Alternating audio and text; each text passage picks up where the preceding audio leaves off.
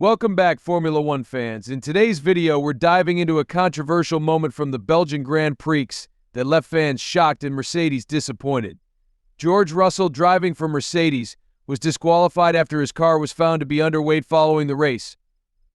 It was a tough break for Russell, who had driven an exceptional race and even managed to outpace his teammate. But how did this happen? Could it have been avoided? And what's next for Mercedes after this unfortunate turn of events?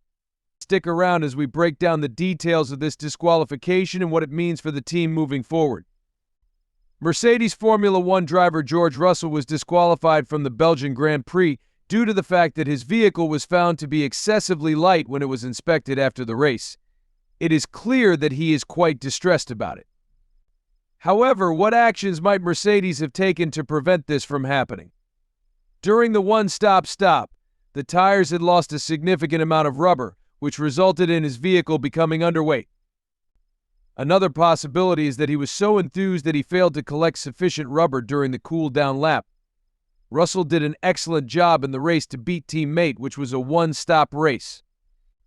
As the race came to a close, Lewis Hamilton emerged victorious, having risen from 6th place on the starting grid to 1st place inside the track. Early on after the race, however, it became quite evident that Russell's W15 had not passed the post-race inspection. It was reported by a representative of the FIA that Russell's Mercedes was initially weighed, and the results showed that it weighed 798 kilograms, which is the maximum weight that is permitted. The limit, however, is for vehicles that do not have any fuel in them.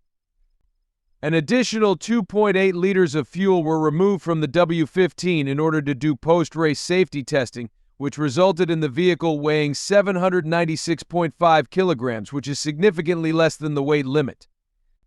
Article 4.1 of Formula One's technical rules, which states that every car must have a particular minimum mass, was given stricter enforcement by the FIA as a result of this. It was because of this that Russell was unable to win, and Hamilton was able to secure his second victory of the season. According to this, the weight of the vehicle without the gas, they are not allowed to weigh less than 798 kilograms at any point during the competition. The mass of a vehicle will be determined by using a set of dry weather tires that have been selected by the FIA expert delegate in the event that the vehicle does not already have tires designed for dry weather when it is required to be inspected. The first portion is the only one that applies in this scenario because competition can take place at any moment throughout a race weekend. However, the fact that cars are weighed and found to be underweight does not come into play until after the qualifying and racing stages have been completed. Mainly due to the fact that in theory they may function in an unfair manner during practice sessions. Following the Spa race, Russell's vehicle was weighed for the very first time, and the results showed that it weighed exactly 798 kg. In spite of this, it was necessary to empty the tank of petrol, and there had to be sufficient fuel left in the tank in order to satisfy Article 6.5.2. According to this, regardless of where you are in the race, the aforementioned sample, in addition to the quantity of fuel that would have been consumed to drive back to the pits, will be required to be provided by a vehicle in the event that it has not been driven back to the pits on its own after the practice, the sprint session, and the race. It is up to the FIA to determine how much additional fuel is added to each vehicle. To reiterate, the only element of the rule that applies to this scenario is the first one. Bauer's story, on the other hand, states that. As a result of this, Mercedes informed the officials at the Spa that it appeared as though fuel was left in Russell's vehicle after it had been emptied of 2.8 liters in order to fulfill the 1.0-liter fuel sample requirement of Article 6.5.2 after the initial weigh-in, which is purportedly not permitted. In spite of the fact that TR Article 6.5.2 is satisfied, the comment in the report suggests that it is not quite obvious that the vehicle was not completely drained in accordance with the draining process that they included in their legality documents.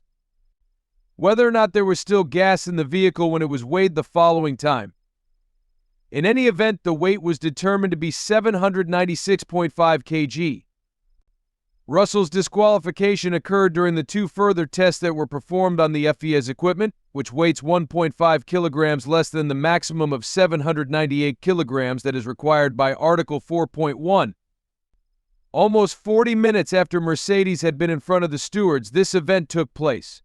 The guards' report stated that the following: the individuals in command of the race were informed by George Russell, who was representing the Car 63 team, the FIA technical delegate, the FIA single-seater director, and the FIA single-seater technical director.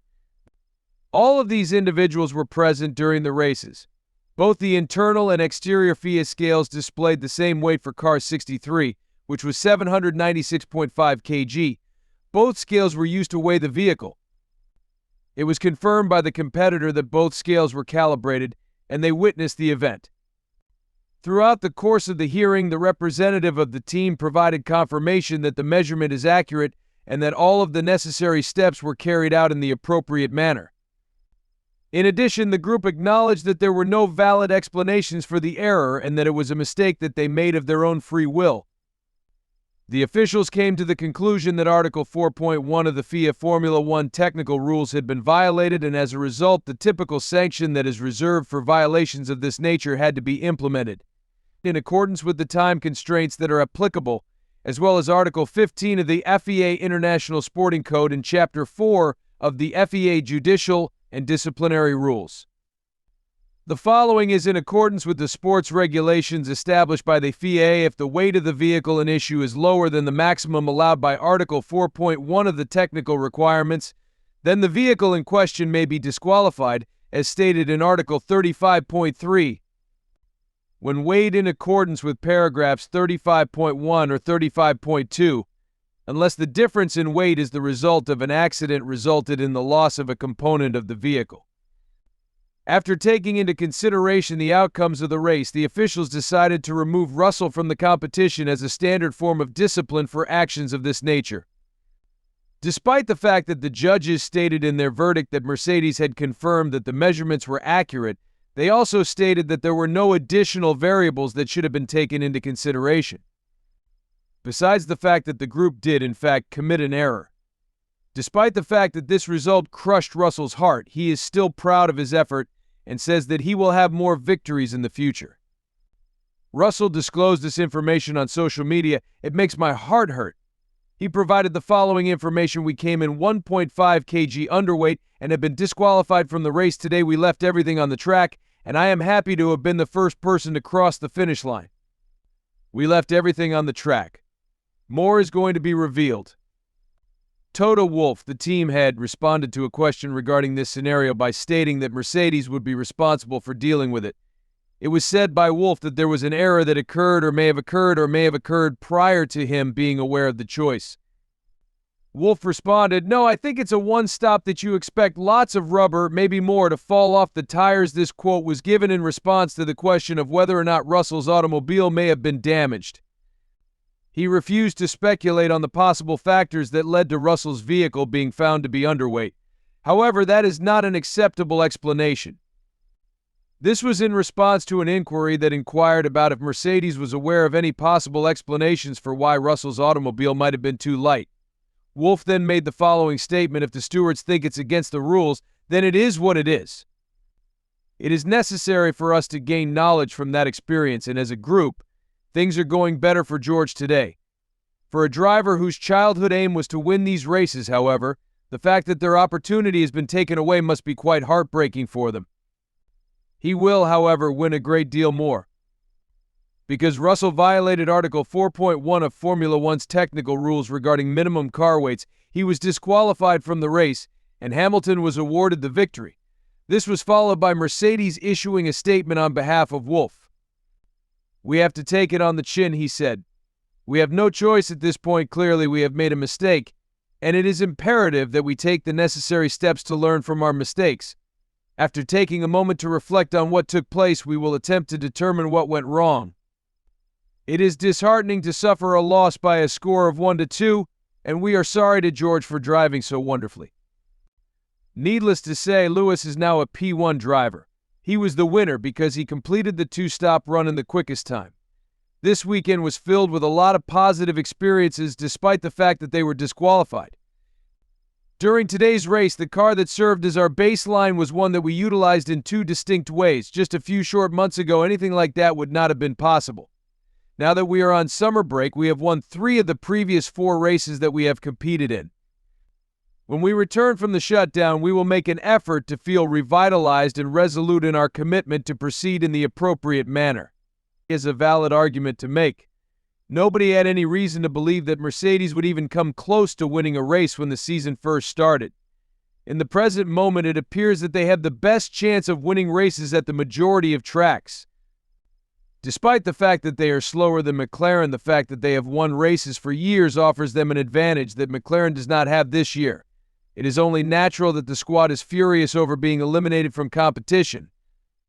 But the most recent turnaround that they have experienced must be a positive development for the Brackley team. Their drivers are now ranked 6th and 8th in the championship. As a result of the fact that the top 3 drivers are constantly switching places, they have a lot to fight for in the 10 races that are still to come. Additionally, it is possible that they will be able to do a lot in the constructors' points. How do you feel about the events that took place? Might Mercedes have been able to avoid this situation by stopping twice? Perhaps they simply made a mistake when they were setting up the car. Please share your thoughts by filling out the form below. And that's all for today, folks. What a roller coaster of emotions for George Russell and the Mercedes team at the Belgian Grand Prix. It's clear that mistakes happen even at the highest levels of racing, but the big question now is how will Mercedes bounce back from this? What do you think was the disqualification preventable? Could a different race strategy have changed the outcome? Let us know your thoughts in the comments below.